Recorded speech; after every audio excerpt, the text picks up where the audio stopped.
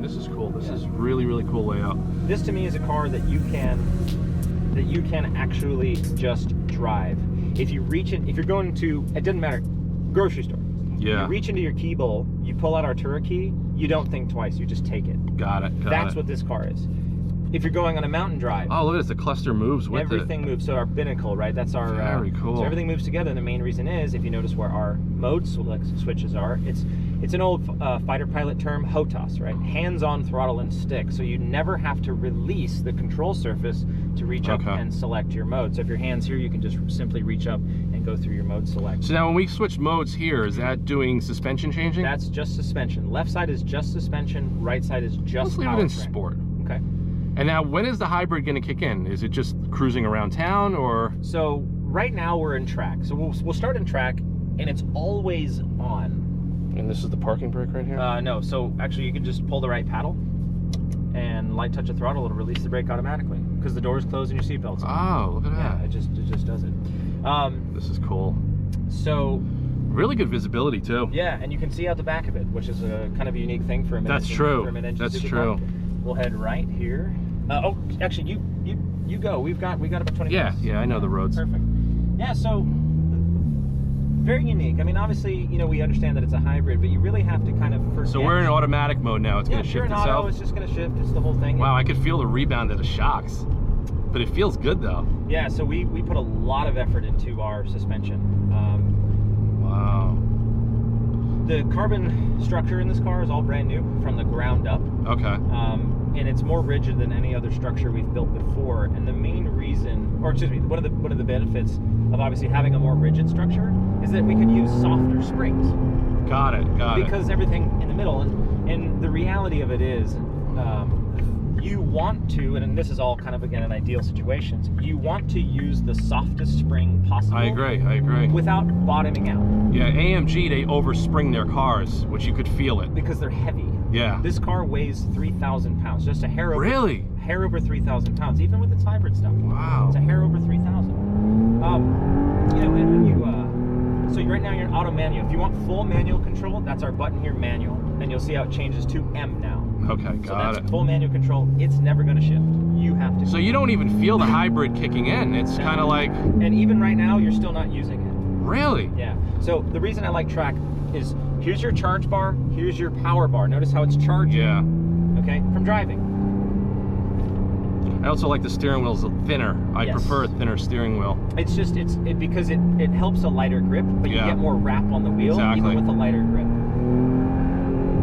And even then, and I know it's a little tough to kind of look at the gauge, and you'll see this obviously when you can look back in your video, the best part. Even when you kind of start to accelerate, you'll see that it's still charging. It doesn't always put power down, and it's still charging.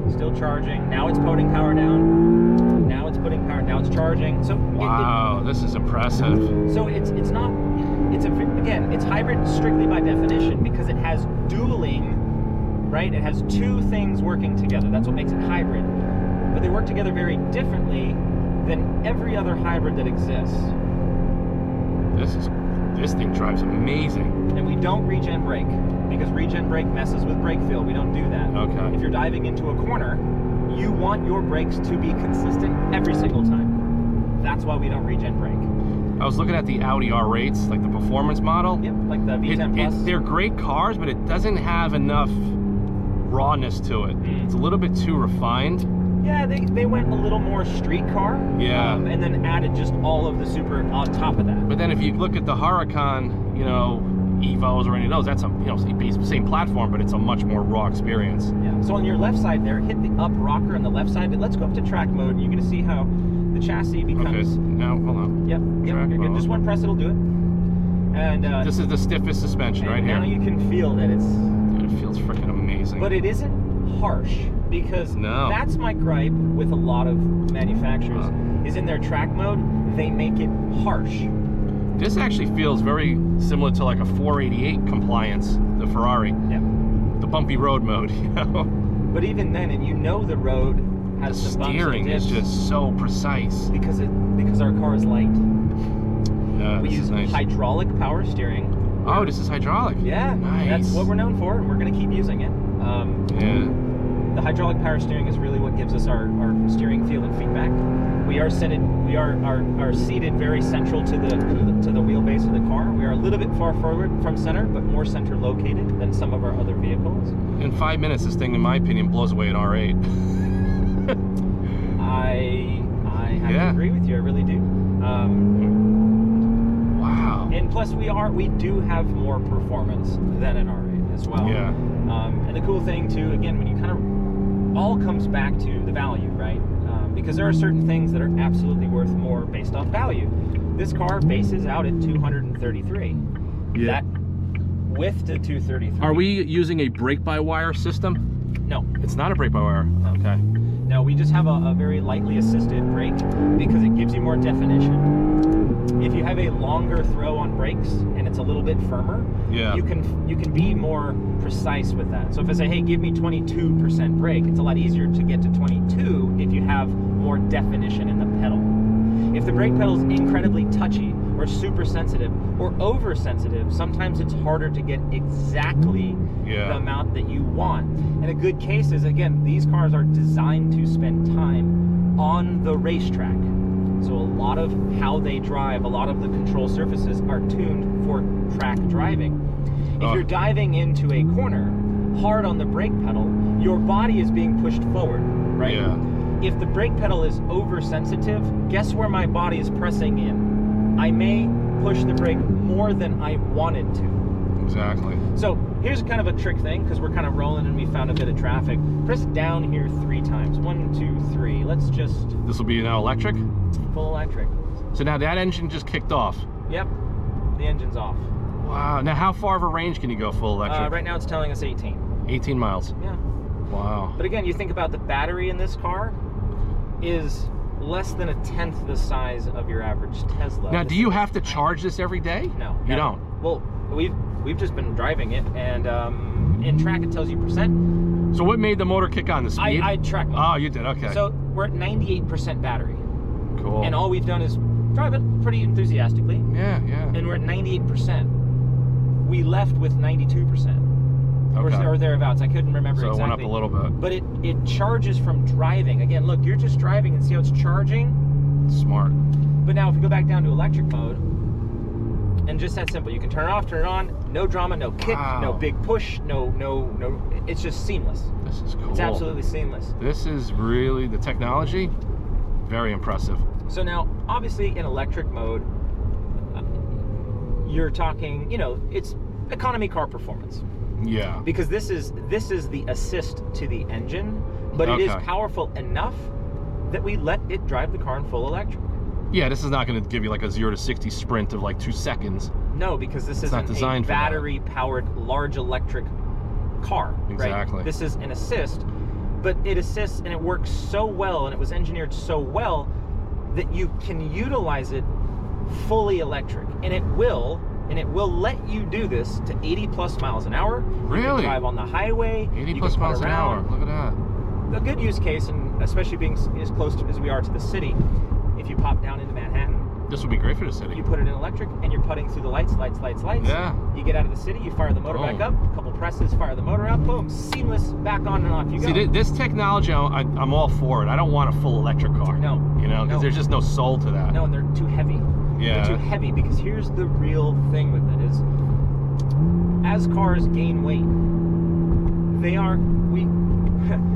as cars gain weight, we have a lot of really cool technology, really interesting suspension, really interesting tire technology to make them still handle very well. The problem is, when you take that out on the racetrack, you cannot ignore the laws of physics. Exactly. And if you could, trust me, I would have tried to figure it out and I'd have a lot more trophies on my shelf. But the point is, you can't ignore the laws of physics. And because you can't, the tire dealing with way more weight is not going to last as long. No, like, the Shelby GT500, popular car, right? When it came out, the track pack, couple of my clients got them. They tracked it. They said this car is the worst track car. Because it's too heavy. It's too heavy and it's too much power. You destroy the tires and brakes in one track day. Tire gets hot and it gets greasy really fast. Right? Your brakes get hot and overcooked. God. Whereas in this car, we're so light. You want to talk about duty cycle. How many laps can I do? How far can I push the car? How long can I drive it before I need to stop or before a component gets to its failure point? Lightweight is the key for the performance. And when you talk about weight and the power, we've got a really, really high power to weight. I love the seating position too. Like the way I'm sitting, I don't feel like I'm sitting in like a 4C Alpha like on the floor or a Lotus, but I feel like it's just perfect. And we have a low scuttle, so you get really clear visibility. I thought I was gonna bottom out up there when when the roads got choppy. No, that's just the low windshield. Yeah. It just gives you better visibility to what's in front of you. Dude, this thing is freaking impressive. My God. Oh my God, is this car impressive? So now I'll shut up for a few minutes. No, I was listen, I was watching a lot of reviews. People were complaining about, you know, the car having some QC issues, and I'm like, yeah, but then they're all raving about how good it drives. Yeah, and the biggest issue I think with a lot of that stuff is they were all working with pre-production media cars. Yeah, that's usually what happens. Yeah. And you know, the media will take advantage so that they can get their full impression. Sometimes they take a little too much advantage and, you know, find the weak links in cars. Yeah. Not to say it's bad, but, you know, sometimes they're using them beyond what most people will ever do with it. So does this car have conventional sway bars, unlike Yep, the... conventional sway bars, yeah. Because our CG is so low, center of gravity is so low, because of our wide splayed V6, 120 degree, everything's really low. We can really kind of put the weight down. These are the roads that I come up to drive on. I can tell, you know. I know them. Yeah, I know the roads, but yeah. Oh my God, this is impressive. You know, the car is so dynamic. It's so light. It's so reactive. You know, that's what I love about it. Seating position is perfect. Power is perfect. The DCT is perfect. Yeah. You know, the shifting algorithm is just on the money. It never feels like it's hunting. No. And again, that's really a big testament to our engineering team, because these guys, and we don't make an SUV. And I'll tell you why that's important, because our engineering team doesn't ever have to worry about making one. Yeah. All they have to do is focus on making driver cars, making a car that handles well, making a car that feels light, making a car that has technology. Wow. Yeah. This is really, really impressive. I'm so glad I came up to go drive this thing. Yeah, me too. Because I was like, you know, before this was coming out, I saw some of the press videos, and well, and again, I kept asking McLaren and Grant, I was like, when is this car coming out? They're like, oh, soon, soon, soon. And then all of a sudden I got the alert. I was like, oh, cool. So you got to think about, especially with media, what sells, right? A little bit of the chaos, a little bit of the ridiculous, a little bit of the extra. That's what sells in media. Yeah. So if I'm a car reviewer, and there's so many car reviewers now, I've got to stand out. Exactly. So I've got to get views, I've got to stand out, I've got to have a bit of a unique standpoint on things. And again, not that it's good, bad, or indifferent. I can't believe I'm in the stiffest suspension setting, and it's just beautiful. It's more compliant than my Alfa Romeo that I daily drive. Oh my God. So, the what stereo. A difference. Yeah, we'll talk about that because I'm a big music guy. So here's this is the coolest, like nerdiest McLaren thing about the stereo. We make our carbon tub in-house now, and you're going, wait a minute. That's not the stereo. That has nothing to do with the stereo. That's acoustics. That's the chassis. Yeah, yeah. Well, true. So here's the unique thing, right? Carbon fiber is unique for a variety of different reasons. But one of the things pertaining to the stereo is the way that sound reverberates off of carbon fiber. It has a different resonance frequency. Yes. Bowers & Wilkins, obviously British stereo company. They make some nice stuff. Oh yeah. So we obviously it's a pretty easy partnership.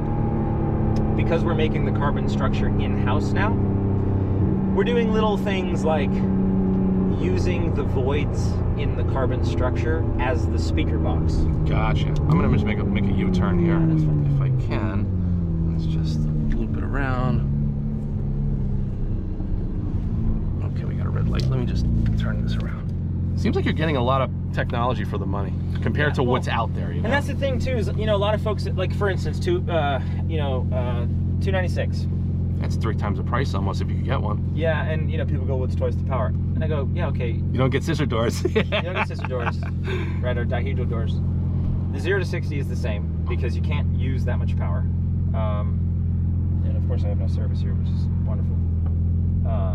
But if we put on, oh, here, whatever. So now if the car knows you're idling for a long period of time, would it automatically go to electric, or you would have to, you would have to hit it? In comfort mode it would. Okay, so gotcha. we just kind of comfort mode, it's kick the engine off and it'll just drive around, kind of like a hybrid. But it's still rear wheel drive. But the ergonomics, how I could touch this with my hand still on the wheel. Hands on throttle and stick. That's a big key element to this car. If you're familiar, have you ever heard of Elva? Yeah. Same arrangement.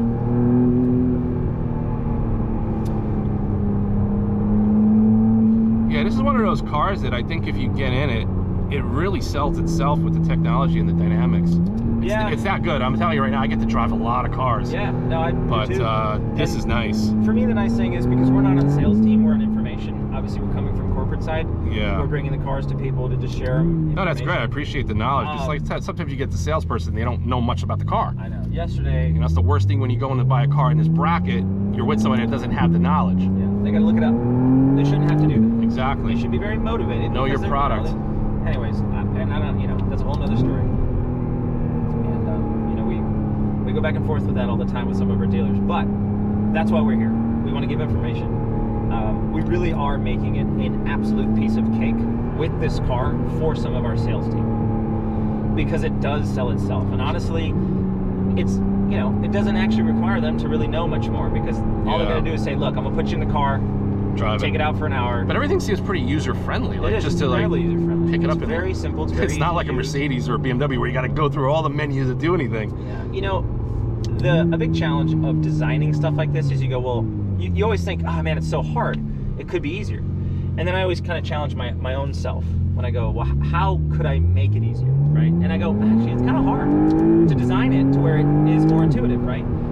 So I do give, again, props to a lot of the design team when they build these interfaces, because it's hard to make something that is immediately intuitive. Yeah. Because we have so many technology now, and people are used to so many different types of interfaces, that it's actually really hard. It's a hard design challenge to make something that is inherently intuitive. All right, guys, so that was the test drive review of the McLaren Artura mid-engine hybrid supercar. What an incredible experience. Razor sharp hydraulic steering, incredible chassis tuning, incredible ergonomics and design inside and out, incredible Bowers & Wilkins stereo system. If you're a music buff like I am, that's a huge plus. But everything about this car, it's sharp, it's light, it's fast. It's seamless in the power transition between what the hybrid system is doing and what the twin turbocharged V6 motor is doing.